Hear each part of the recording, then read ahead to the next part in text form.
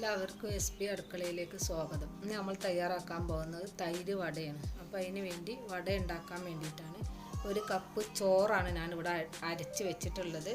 അതിലേക്ക് 4 പച്ചമുളക് അരിഞ്ഞ് വെച്ചത്, വലിയൊരു സവാള അരിഞ്ഞെടുത്തത്, 1 കപ്പ് അരിപ്പൊടി, ഒരു വലിയ കഷ്ണം ഇഞ്ചി, കുറച്ച് കറിവേപ്പില.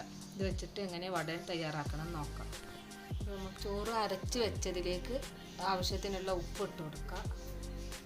അതിലേക്ക് 1 ബൗൾ അരിപ്പൊടിയാണ്, സവാള അരിഞ്ഞെടുത്തത്, പച്ചമുളക്, ഇഞ്ചി ചെറുതാക്കി അരിഞ്ഞത്, കറിവേപ്പില. ഇനി എല്ലാം കൂടി ഇത് നല്ലപോലെ ഒന്ന് കുഴച്ചെടുക്കണം. വെള്ളം ആവശ്യം വരില്ല. ചോറ് അരച്ചെടുക്കുമ്പോൾ 1 സ്പൂണ് വെള്ളം ഒഴിച്ച് അരക്കാനേ പാടുള്ളൂ. കൂടുതൽ വെള്ളം കൂട്ടരുത്, അപ്പോൾ വെള്ളം കൂടിപ്പോവും. ഇത് നമ്മൾ നല്ലപോലെ കുഴച്ചെടുക്കുക. നമ്മൾ വടക്കുള്ള മാവൊക്കെ നല്ലപോലെ കുഴച്ച് വെച്ചിട്ടുണ്ട്. ഞാനിതിൽ ഒട്ടും വെള്ളം കൂട്ടിയിട്ടില്ല. ചോറ് അരച്ചതിൻ്റെ ആ ഒരു നനവിൽ മാത്രമാണ് ഈ പൊടി നനച്ചെടുത്തിട്ടുള്ളത്. ഇനി ഇത് നമുക്ക് കുറച്ച് നേരം മാറ്റി വെക്കാം. എന്നിട്ട് നമുക്ക് തൈര് റെഡിയാക്കി.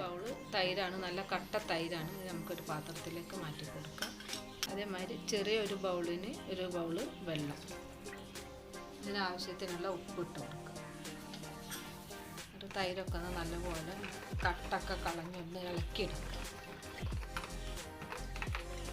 ചട്ടി ചൂടായിട്ടുണ്ട്, അതിലേക്ക് നമുക്ക് കുറച്ച് വെളിച്ചെണ്ണ ഒഴിച്ച് കൊടുക്കാം. എണ്ണ ചൂടായിട്ടുണ്ട്, അതിലേക്ക് നമുക്ക് കുറച്ച് കടുക് ഇട്ട് കൊടുക്കാം. കടുകൊക്കെ പൊട്ടി വന്നിട്ടുണ്ട്, അതിലേക്ക് കുറച്ച് പരിപ്പ് ഇട്ട് കൊടുക്കാം. ചെറിയ കഷ്ണം ഇഞ്ചി അരിഞ്ഞ് വെച്ചതാണ്, അതുകൂടി ചേർത്ത് കൊടുക്കാം. 2 പച്ചമുളക് ചെറുതാക്കി അരിഞ്ഞെടുത്തത്, കുറച്ച് കറിവേപ്പില, 1/4 ടീസ്പൂൺ നല്ല ജീരകം, അതിലേക്ക് 2 വറ്റൽമുളക്, മഞ്ഞൾപ്പൊടി. തൈരിൻ്റെ താളിപ്പെല്ലാം റെഡി ആയിട്ടുണ്ട്. ഇനി നമുക്ക് തൈരിലേക്ക് ഒഴിച്ച് കൊടുക്കാം. നമ്മൾ ആക്കി വെച്ചിരിക്കുന്ന തൈരിലേക്ക് ഇത് ഒഴിച്ച് കൊടുക്കാം. ഇതിലേക്കാണ് നമ്മൾ വട ഉണ്ടാക്കിയിട്ട് ഓരോന്നായിട്ട് ഇട്ട് കൊടുക്കുക. എണ്ണ ഒഴിച്ച് കൊടുക്കാം. ഇത് വെള്ളം ഒന്ന് തൂത്ത് നമ്മുടെ കൈൻ്റെ അടിയിൽ ചെറിയ ഉരുളകളാക്കി ഉരുട്ടി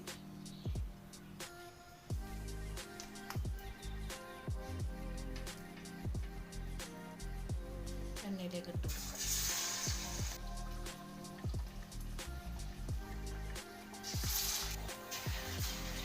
നന്നായിട്ട് മറച്ചിട്ട് കൊടുക്കാം.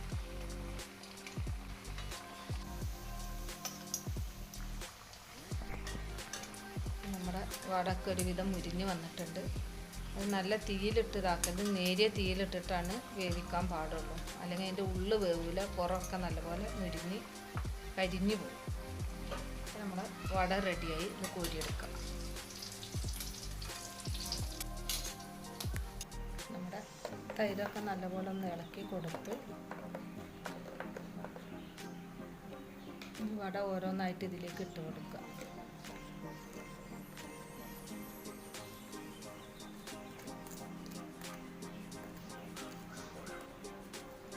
നല്ലപോലെ മുങ്ങിയൊക്കെ എടുക്കണം. അപ്പോൾ ഇതിൻ്റെ എല്ലാ മഞ്ഞ കളറും ആ പുളിയും എല്ലാ ടേസ്റ്റൊക്കെ നല്ലപോലെ വടയിലേക്ക് ഇറങ്ങി വരും.